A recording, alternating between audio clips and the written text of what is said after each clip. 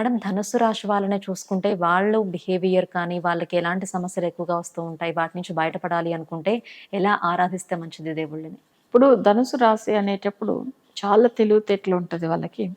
ఎందుకంటే ధనుసు రాశికి అధిపతి ఎవరు అంటే గురు గ్రహం అయితాడు. మనకు కూడా చూడండి జాతకంలో అసలు చాలా తెలివైన పిల్లలు కూడా గురు బలం ఉన్నప్పుడు చాలా తెలివితేటలతో ఉంటారు. ఇలా ధనురాశిలో పుట్టిన వాళ్ళు ఎక్కువ ఏమైతుందంటే వీళ్ళకొచ్చి చాలా మంచిగా అంటే వీళ్ళకి ఇంకా మంచిగా డెవలప్ అవ్వాలి.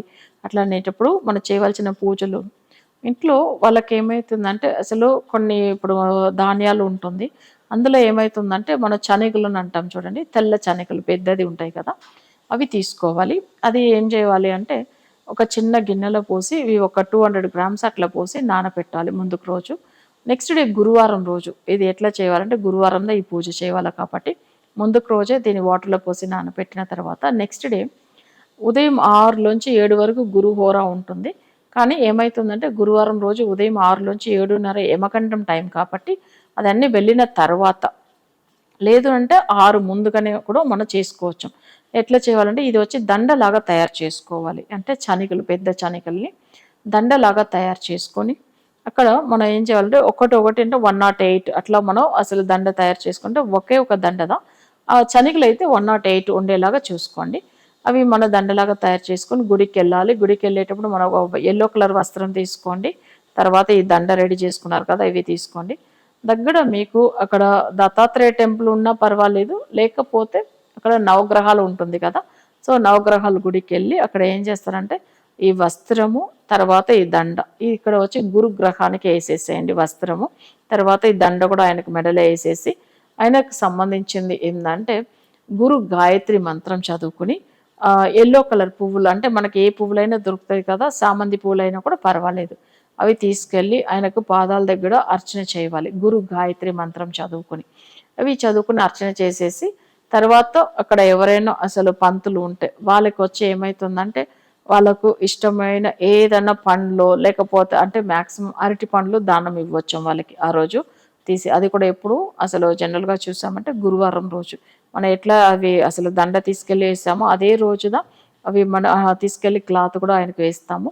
నెక్స్ట్ మనం చేసేది ఏందంటే దానం అనేది అరటిపండు స్వామివారికి అంటే అక్కడ పంతులు ఉంటారు కదా! వాళ్ళకివ్వండి. ఆయనకు అసలు యెల్లో కలర్ పువ్వులతో అర్చన చేసేసి గురు గాయత్రి చదువుకొని 12 ప్రదక్షిణం చేసుకోండి.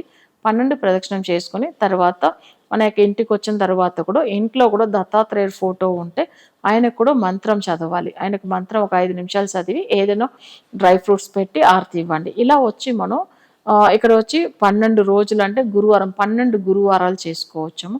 అలా చేయడం వల్ల చాలా మంచి ఫలితాలు పొందుతారు ధనుర్రాశి వాళ్ళుమ. అసలు వాళ్ళకేమైతుందంటే ఎప్పుడైనా మనకొచ్చి గురుడు వచ్చి ధనకారకుడు అని చెప్తాం. ఈ గురుకు పూజలు చేయడం వల్ల ఏమైతుందంటే ఆర్థికంగా చాలా బాగా అయితారు. చాలా తెలివితేటలతో ఉంటారు. పిల్లలు కూడా చాలా మంచిగా చదువుతారు. ఎందుకంటే గురువు అంటేనే పుత్రకారకుడు కూడా అయితాడు కాబట్టి. ధనకారకుడు, పుత్రకారకుడు కూడా ఆయననే కాబట్టి. సో, ఈ పూజలు చేయడం వల్ల కూడా వాళ్ళకేమైతుందంటే ధనుర్రాశి వాళ్ళకి చాలా బాగా కలిసి వస్తాయి. ఈ ధనుసు రాశి వాళ్ళకి లక్కీ స్టోన్ అలాగే లక్కీ నంబర్, లక్కీ కలర్స్ అంటే ఏంటి? ఓకే. ఇప్పుడు ధనురాశి వాళ్ళకి ఏమైతుందంటే అసలు ఫస్టు భాగ్యాధిపతి ఎవరైతాడంటే సూర్యుడైతాడు. వాళ్ళకి సంబంధించినది కెంపు పెట్టేసుకోవచ్చు. నెక్స్ట్ కనక పుష్యరాగం. ఎందుకంటే రాశికి అధిపతి తర్వాత వాళ్ళకి లగ్జరీ లైఫ్ ఇచ్చే ఫోర్త్ లార్డ్ కూడా అదే గురుడే అయితాడు కాబట్టి కనక పుష్యరాగము. నెక్స్ట్ ఏందంటే వాళ్ళకి పగడం. పంచమ స్థానం, పూర్వీక స్థానం కాబట్టి పగడం. సో, ఇవి కూడా వాళ్ళు పెట్టేసుకోవచ్చు. వాళ్ళు పెట్టుకునే స్టోన్ వచ్చి ఒకటి కనక పుష్యరాగము, పగడము, తర్వాత కెంపు. ఈ 3 స్టోన్‌లు కూడా ఎలా ధరించాలనేది కూడా కొన్ని ఫ్యూచర్‌లో కూడా మనం చెప్తూ వస్తాము. కానీ ఇదేంటంటే ప్రాపర్‌గా మనం ధరించడం వల్ల మంచి రిజల్ట్ పొందుతారు. అవి కూడా మంచి ఒరిజినల్ స్టోన్ చూసుకొని పెట్టేసుకోండి. నెక్స్ట్ వీళ్ళకి సంబంధించిన కలర్స్ అట్లని చూసామంటే మాక్సిమం వాళ్ళకి బ్రౌన్ మంచిగా సెట్ అయితది. తర్వాత యెల్లో మంచిగా కలిసి వస్తది. నెక్స్ట్ వచ్చి రెడ్ కలర్ బాగుంటుంది. నెక్స్ట్ ఆరెంజ్ కలర్ కూడా వీళ్ళకి బాగానే కలిసి వస్తుంది.